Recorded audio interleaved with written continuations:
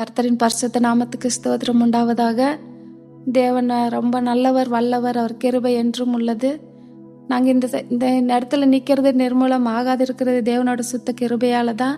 நாங்கள் இயேசு அறியாத குடும்பத்திலிருந்து பிறந்தோம், ரட்சிக்கப்பட்டிருக்கிறோம். நாங்கள் ரட்சிக்கப்பட்டு 2014 நாங்கள் ரட்சிக்கப்பட்டோம்.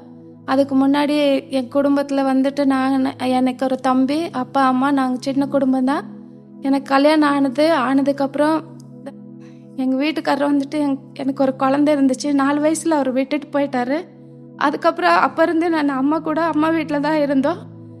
அப்போ அது வந்து செய்வனை பண்ணி வச்சு தான் என் குடும்பத்தை பிரித்து, என் கணவர் பிரித்து போயிட்டார் அவர். அதுக்கப்புறமா ஒரே பொண்ணுன்னு சொல்லி என்னை ரொம்ப பாசமாக வளர்த்ததுனால எங்கள் தம்பி என்ன பண்ணால், இனிமேல் அங்கே தனியாக இருக்கக்கூடாதுன்னு எங்கள் அம்மா வீட்டுக்கே கூட கூப்பிட்டு வந்து வச்சுருந்தான். அதுக்கப்புறம் அவர் வரல, கொஞ்ச நாள் கழித்து வந்தார். ஆனாலும் கூட அந்த செய்வனை வந்துட்டு எங்களை ஒன்று சேர விடலை, பிரித்து அப்பப்போ வர்றது போயிடுவார். ஆனாலும் கூட எங்களுக்கு அப்போ கூட முடிவு வரல. அதுக்கப்புறமா எங்கள் தம்பி கல்யாணம் ஆச்சு. அதுக்கப்புறம் நாங்கள் ஒரே குடும்பமாக ஒரே வீட்டில் இந்நாள் வரைக்கும் கூட நாங்கள் ஒரே குடும்பமாக தான் இருக்கிறோம். தேவன் வந்துட்டு வாசனை சொல்லுது, யார் கைவிட்டாலும் நான் கைவிட மாட்டேன், யார் மறந்தாலும் நான் உங்களை மறக்க மாட்டேன்னு சொல்லியிருக்கிறாரு. அதே போல் தேவன் அறியாதுக்கு முன்னதாகவே தேவன் எங்களோடு கூட இருந்து எங்களை வழி நடத்தி இருக்கிறாரு. அதுக்கப்புறமா நாங்கள் 2014 மறுபடியும் வேற ஒருத்தர் மூலமாக நாங்கள் ஒரு சின்ன கடை வச்சுருந்தோம். அந்த கடையில் நல்ல வியாபாரம் ஆகுது, அவங்க முன்னேறிடுவாங்கன்னு சொல்லி எங்களுக்கு வந்துட்டு செய்வனை வச்சுருந்தாங்க. அந்த செய்வனையில் வந்து எனக்கு ஒரு 6 மாதமாக கை கால் வராமல், பேச முடியாமல், ரொம்ப நடக்க முடியாமல் இருந்தேன். எங்கள் சொந்தக்காரங்களாம் வருவாங்க, இப்போ செத்துருவா, நாளைக்கு செத்துருவான்ட்டு எல்லோரும் லைனாக வந்து பார்த்துட்டு போவாங்க. எங்கள் அம்மா அதுலேயே ரொம்ப வேதனைப்பட்டுட்டு இருப்பாங்க. அப்போ எங்களுக்கு சின்ன வயசுலேருந்து எங்களுக்கு தெரிஞ்ச ஒருத்தர் அந்த அண்ணா வந்துட்டு இயேசுவை ஏற்றுக்கொண்டு இருந்தார். அவர் வந்து எங்களுக்கு அடிக்கடி சுவேசம் சொல்லுவார், நீங்கள் இயேசுக்கிட்ட வாங்க, மகளுக்கு நல்லா இருன்னு. ஆனால் எங்கள் அம்மா ஜாதி வெறி ரொம்ப, எங்கள் அம்மாவுக்கு ரொம்ப அதே மாதிரி பக்தி வைராகியமாக கூட இருந்துச்சு. அப்போ வந்துட்டு எங்கள் அம்மா நாங்கள் ஜாதி விட்டு வரமாட்டோம் அப்படின்னு சொல்லிட்டு சொன்னாங்க. இல்லை, ஒரு தடவை நீங்கள் இயேசுக்கிட்ட வாங்க, உங்களுக்கு நல்லாவுன்னு சொன்னார். ஆனால் எங்கள் அம்மா ஒத்துக்கவே இல்லை. அவர் எல்லா பக்கம் கோயிலுக்கெல்லாம் என்னை கூட்டி போவார். அங்கே கோயிலே படுக்க வச்சுருப்பாங்க. திருப்பி வீட்டுக்கு வந்தால் கை கால் வராமல் போயிடும். அப்படியே கொஞ்ச நாள் போச்சு. ஒரு நாள் நைட்டில் வந்துட்டு ரொம்ப முடியாமல் நாக்கெல்லாம் வெளியில் வர அளவுக்கு போட்டு பிசாசு என்னை அமுத்தி அந்த செய்வனை வந்து எங்களை எந்த அளவுக்கு கொண்டு போகணுமோ அந்த அளவுக்கு கொண்டு போயிருந்துச்சு. அப்போ அந்த நைட்டில் வந்துட்டு அவர் சொல்லி வேற ஒருத்தருக்கு ஃபோன் பண்ணிவிட்டு ஃபோன் கால் மூலமாக எனக்கு ப்ரேயர் பண்ண வச்சார். அந்த ஃபோன் கால் மூலமாக எனக்கு ஒரு 1.5 இன்ச்சு நாக்கு வெளியில் வந்துருந்துச்சு. அந்த சமயத்தில் அவங்க வந்து சொன்னாங்க, இது பிசாசு கட்டு, செய்வனை கட்டு தான் இது, நாங்கள் ஜெபம் பண்ணுறப்ப இது ஆண்டவர் சொகத்தை கொடுப்பாருன்னு சொல்லிட்டு அவங்க வந்துட்டு தூத்துக்குடியில் இருந்தாங்க அந்த அம்மா. அவங்க ஃபோன் மூலமாக ப்ரேயர் 5 டைம் பண்ணாங்க. அந்த அப்போ 5வது டைம் பண்ணுறப்ப என் நாக்கு கொஞ்சம் கொஞ்சமாக உள்ளே போயிடுச்சு. அதுக்கப்புறமா அப்பா அம்மான்னு கொஞ்சம் பேச ஆரம்பித்தேன். அதுக்கப்புறமா கொஞ்சமாக நடக்க ஆரம்பித்தேன். அதுக்கப்புறமா சர்ச்சுக்கு என்னால் அவ்வளோ சீக்கிரம் போக முடியல. ஏன்னா எங்கள் சொந்தக்காரங்கெல்லாம் ரொம்ப ரொம்ப இது பண்ணாங்க, ஜாதி விட்டு போகிறாங்கன்னு. நாங்கள் ஒரு 6 மாத காலம் இயேசுவை ஏற்றுக்கிட்டது யாருக்கும் எங்கள் குடும்பத்தில் தெரியாது. அதுக்கப்புறமா நாங்கள் நல்லா நடக்க ஆரம்பித்ததுக்கப்புறம் என்ன பண்ணாங்க ஏது பண்ணாங்கன்ட்டு விசாரிக்கிறப்ப தான் எங்கள் சர்ச்சுக்கு போகிறான்னு. சரி விட சர்ச்சுக்கு போய் உயிரோடு இருந்தால் அவங்க பையனுக்கு ஒரு ஆதரவாக இருக்குன்னு சொல்லி அப்போது சமாதானமாக ஆயிருந்தாங்க.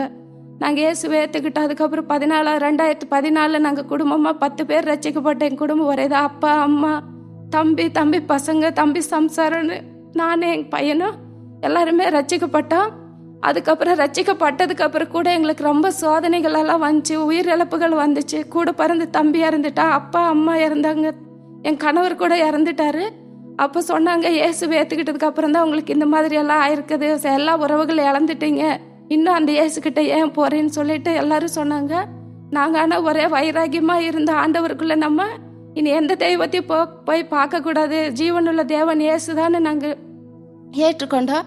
அப்போது எல்லாரும் வந்து எங்கள் தம்பி இறந்தப்போ தான் நாங்கள் முழுமையாக கிறிஸ்துவுக்குள்ளே இருக்கிறோன்னு எங்கள் எல்லா ஜாதி சொந்த பந்தம் அத்தனை பேர்த்துக்கும் தெரியும். அப்போ வந்துட்டு சாவுக்கு வந்தவங்க எல்லாம் கூட விட்டுட்டு போயிட்டாங்க. ஆனால் கூட நாங்கள் தைரியமாக ஆண்டவர் எங்களோட இருக்கிறாருன்னு சொல்லி, ஏன்னா அவர் வழி நடத்துகிறேன்னு சொல்லியிருக்கிறாரு, கைவிட மாட்டேன்னு சொல்லியிருக்கிறாருன்னு சொல்லிட்டு இருந்தோம். அப்போ வந்துட்டு நீங்கள் இனிமேல் இயேசு விட்டுட்டு விலகி வந்துடுங்க, நம்ம ஜாதிக்குள்ளே வாங்க, பசங்களுக்கு நாளைக்கு கல்யாணம் எல்லாம் பண்ணணும் அப்படின்னு எல்லாம் சொன்னாங்க.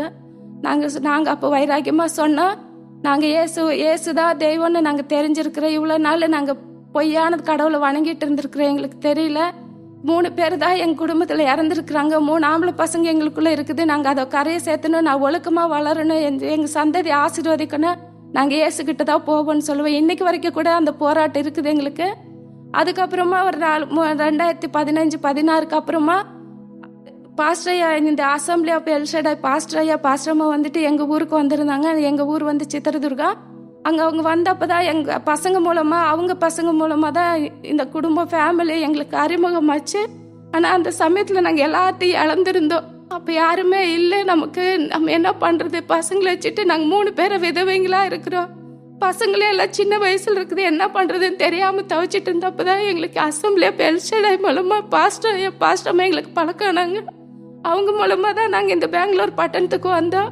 அவங்க இங்கே வந்ததுலேருந்து எங்களுக்கு ஒரு ஆசீர்வாதமாக இருக்குது. எங்கள் பசங்களாம் நல்ல ஒழுக்கத்தோட கர்த்தர் நல்ல செம்மையான பாதையில் எங்களை வழி நடத்தி இருக்கிறாரு. இன்னும் வரைக்குமே எங்களுக்கு எல்லா நாச மோசங்கள்லேருந்து எங்கள் பிள்ளைங்களை பாதுகாத்து வளர்த்துறாரு. தகப்பன் இல்லாத பிள்ளைகளுக்கு இயேசுவே எங்கள் தகப்பனாக இருந்து எங்கள் குடும்பத்தை வழி நடத்துறாரு. நாங்கள் இது வரைக்கும் யார்கிட்டையும் போய் கையேந்தி நிற்காதபடி தேவன் எங்களை ஆசீர்வதித்து வழி நடத்தி இருக்கிறாரு. அதுக்காக எங்களை வழி நடத்துவதற்காகவும் இந்த இடத்துல கொண்டு வந்து அரவணைச்சு ஆதரவு கொடுத்து எங்களை இன்னைக்கு வரைக்கும் ஒரு தாய் தகப்பனு போல எங்களை பாதுகாக்கிற பாஸ்டர்மா கூட தேவனுக்கு அவங்க மூலமா கூட தேவன் நாம மகிமைப்படட்டும். ஆண்டவருக்கு நன்றி செலுத்துட்டு அவங்க ஊழியங்களை தேவன் ஆசீர்வதிக்கட்டும்.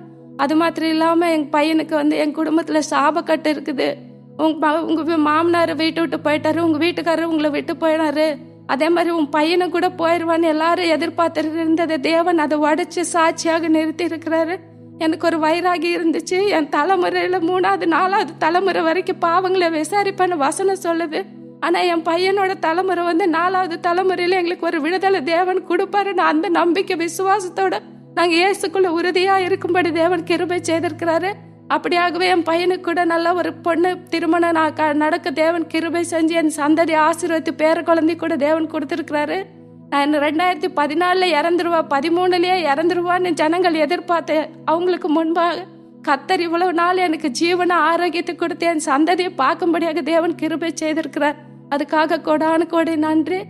அதுக்காக தேவநாமம் மகிமைப்பட்டுட்டு இந்த கூட சிறு சாட்சியாக இந்த இடத்துல தேவன் என்னை கொண்டு வந்த கிருபைக்காக நன்றி செலுத்துகிறேன். ஆமென்.